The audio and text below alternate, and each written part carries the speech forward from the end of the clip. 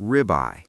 Cut from the rib section of the cow, this is one of the most celebrated steaks in the world.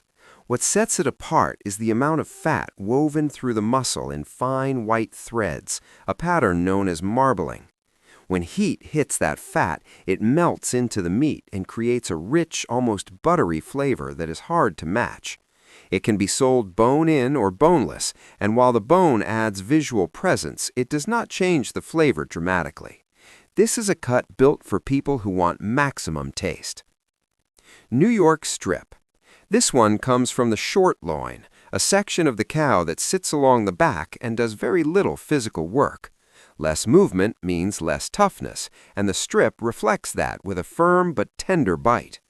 Unlike the ribeye, the fat here sits mostly along the outer edge rather than running through the middle, which gives it a cleaner, more straightforward beef flavor. It holds its shape well on a grill or cast iron, and it has been a staple of American steakhouses for well over a century. Filet Mignon.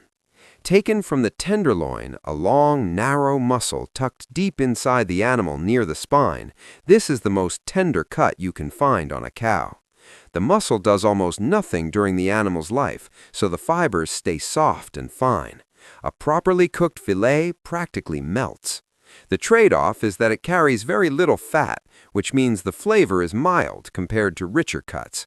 To compensate, it is often wrapped in bacon, served with compound butters, or paired with strong sauces that add the depth the meat itself does not provide. T-bone. Named after the T-shaped bone running through its center, this steak is essentially two cuts in one. On the larger side of the bone, you get a New York strip, and on the smaller side, a portion of tenderloin. The contrast between them is part of what makes it interesting. One side is firm and beefy, the other soft and delicate. Because of its width and the bone running through the middle, cooking it evenly takes some attention. It rewards patience, and when done right, it covers most of what a serious steak eater is looking for. Porterhouse. The Porterhouse is cut from the same general area as the T-bone, but from further back along the short loin, where the tenderloin runs thicker.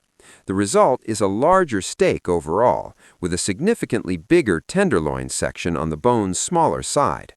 Many steakhouses treat it as the premium version of the T-bone, and it is often positioned as a centerpiece dish meant to be shared. The size alone makes it visually impressive, and the combination of textures gives it broad appeal. Flank steak. This cut comes from the abdominal area of the cow, a group of muscles that work hard and move constantly. That activity makes the meat lean and fairly tough, with long muscle fibers you can see clearly running through the surface. What it lacks in tenderness, it makes up for in flavor. Flank has a bold, deep, beefy taste that holds up well to marinades and high heat. The key to serving it well is slicing thinly across the grain after cooking, which shortens the fibers and makes each bite far easier to chew. It is widely used in fajitas and grilled dishes across many cuisines. Skirt steak. Often mistaken for flanked because of its similar shape, skirt steak is a different cut entirely, coming from the plate section just below the ribs. It has a coarser grain, more fat, and an even more intense flavor than flank. There are two versions, inside skirt and outside skirt, and the outside is generally preferred for its tenderness and consistency. Skirt has long been the traditional choice for fajitas, and it is deeply embedded in Latin American cooking, particularly in Mexico and Argentina.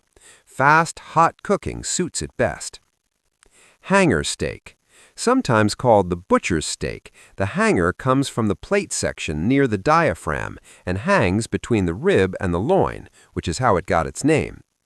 For a long time, it rarely appeared in butcher cases because workers in the trade tended to keep it for themselves, knowing its quality while the general public remained unaware. There is only one per animal, which keeps the supply limited. The flavor is strong, almost mineral, and the texture is coarser than loin cuts. Cooked medium rare and sliced against the grain, it delivers something that more expensive cuts sometimes cannot: pure, direct beef flavor.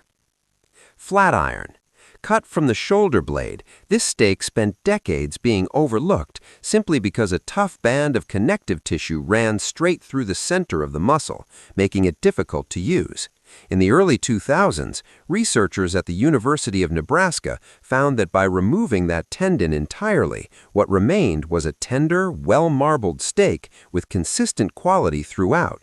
It was essentially a hidden cut waiting to be found. The flat iron has since become widely available and is appreciated for offering near ribeye tenderness at a noticeably lower price. Chuck eye. Sitting right next to where ribeye steaks are cut, the chuck eye comes from the fifth rib of the chuck section. Because of its proximity to the rib area, it shares much of the same fat distribution and flavor profile as the ribeye. The main differences are that it's slightly less tender and a bit less consistent from one steak to the next. There are only 2 per animal, which means it is not always stocked in large quantities. For anyone willing to seek it out, it is one of the better deals at the butcher counter. Most of the ribeye experience at a fraction of the cost. Round steak. Cut from the rear leg of the cow, round is one of the leanest and most heavily worked sections of the animal. The muscles here are dense, with very little fat to soften the texture or add moisture during cooking. Over high heat, it toughens quickly and dries out, which make it poorly suited to grilling or pan-searing on its own. Low and slow methods change the picture entirely. Braising round steak in liquid over several hours breaks down the muscle fibers gradually and produces meat that is tender and deeply savory. It's an economical cut that rewards the right approach. Sirloin. Located between the loin and the round, the sirloin covers a broad section toward the rear of the animal. Top sirloin is the more desirable portion, offering a moderate level of tenderness and a clean, honest beef flavor without the heaviness of heavily marbled cuts. Bottom sirloin is tougher and generally ends up as ground beef or roasts rather than standalone steaks. Top sirloin sits in a comfortable middle ground, not as luxurious as tenderloin, not as bold as ribeye, but reliable, widely available, and priced in a range that makes it one of the most commonly ordered steaks across the world.